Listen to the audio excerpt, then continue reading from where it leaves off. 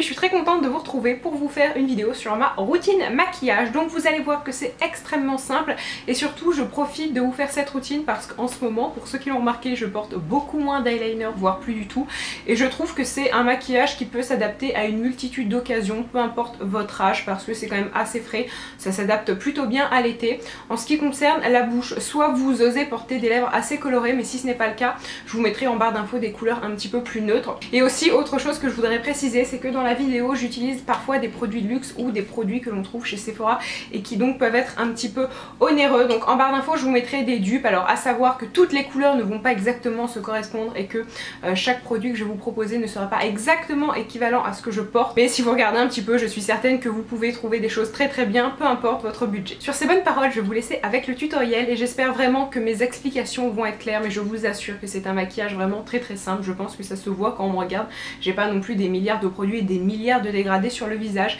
et surtout il ne vous faut pas beaucoup de produits, très peu de matériel, très peu de pinceaux, etc. Et voilà, c'est un maquillage qui est vraiment à la portée de tout le monde, qui est assez frais.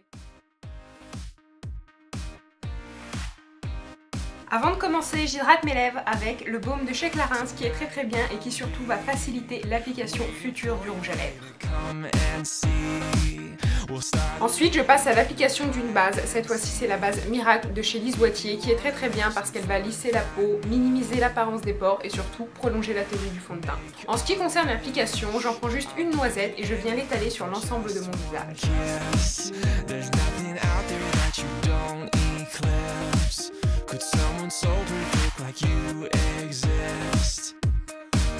Puis je passe à l'application de mon fond de teint, c'est le teint Idol Ultra de chez Lancôme que j'aime beaucoup parce que c'est un fond de teint qui est assez léger sur la peau, assez agréable à porter, mais pour autant il est assez couvrant, plus couvrant d'ailleurs que le teint Touche Éclat différent que je n'ai plus parce que j'ai fini la bouteille. Et le petit point positif de ce fond de teint pour les teints clairs, c'est que justement ce fond de teint propose vraiment des teintes claires. En ce qui concerne l'application du produit, je ne me complique pas la vie, je prends une noisette que j'étale sur l'ensemble de mon visage, j'étire le produit pour avoir un fondu parfait et surtout aucune démarcation et finalement avoir une couvrance qui n'est pas totale.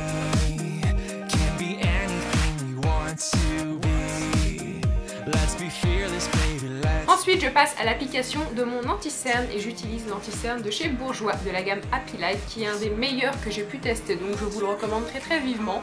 Pour l'application, je ne me complique pas la vie, j'applique la matière sur mes cernes bien évidemment.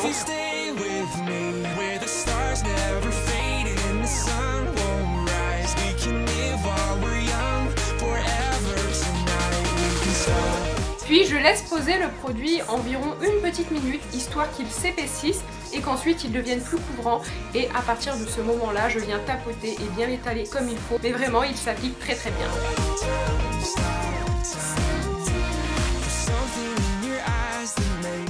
Ensuite je reviens avec mon allié de toujours qui est le gros pinceau XL de chez Sephora et j'applique ma poudre compacte de chez Je mets Maybelline, c'est la dernière touche confort qui est pour moi une des meilleures poudres, et je l'applique sur l'ensemble de mon visage. Lorsque je l'applique avec ce gros pinceau, j'en mets vraiment partout parce que ça la rend beaucoup plus fine et surtout ça fait une application beaucoup plus diffuse qu'avec la houppette. Et surtout ce que j'aime avec cette poudre, c'est qu'elle matifie le visage et qu'elle a vraiment un très bel effet.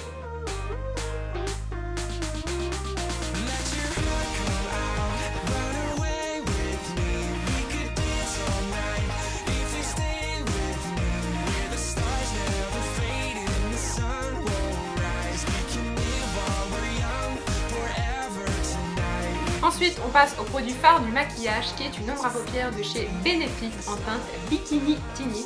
En fait c'est une ombre à paupières qui se rapproche beaucoup de la couleur de ma peau mais en beaucoup plus lumineux et un petit peu plus doré. Donc si vous ne l'avez pas, c'est absolument pas grave, il suffit simplement de prendre une ombre qui a à peu près la même couleur que votre peau mais en beaucoup plus lumineux puisque c'est ce qui va apporter le côté frais du maquillage. Pour l'application tout simplement je tapote et j'estompe au doigt, ça se fait tout seul.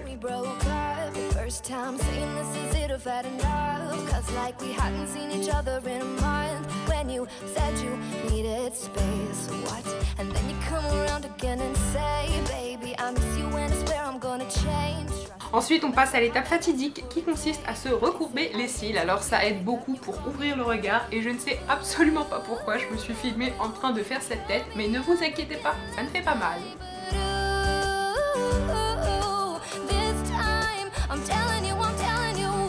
Après s'être recourbé les cils, on applique du mascara et pour ma part j'applique celui de chez Clarins qui est juste le meilleur mascara au monde. C'est un mascara waterproof et il tient vraiment la courbure, mais surtout il a un effet naturel tout en rendant les cils beaucoup plus beaux, beaucoup plus longs, beaucoup plus volumineux. Donc pour moi c'est le meilleur et je vous en parle très bientôt.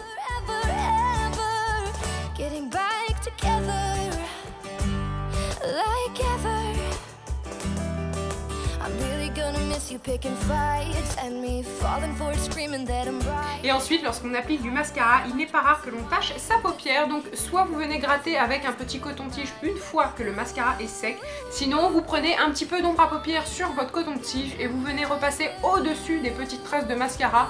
Moi c'est ce que je fais lorsque je n'arrive pas à les retirer.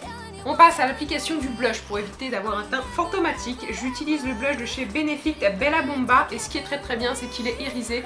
Donc comme vous allez le voir, il laisse une petite touche lumineuse au niveau de la joue et vous n'avez même pas besoin de mettre de l'highlighter.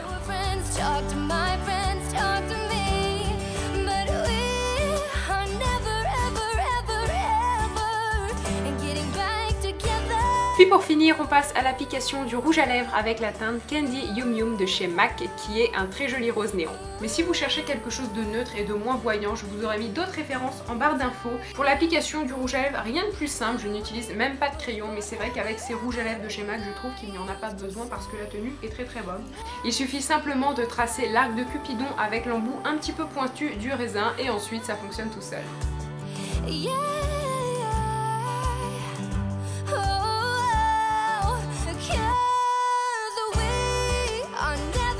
Et donc voilà le maquillage terminé. Le dernier petit conseil que je peux vous donner avant de sortir, c'est de bien vérifier que vous n'avez aucun poil de pinceau ou ce genre de désagrément sur le visage parce qu'il faut avouer que ce n'est pas forcément joli. Et finalement, j'étais obligée de faire ma petite pouf pouf pour vous montrer le look final. Bye! Attention, ceci est de l'humour. Au revoir!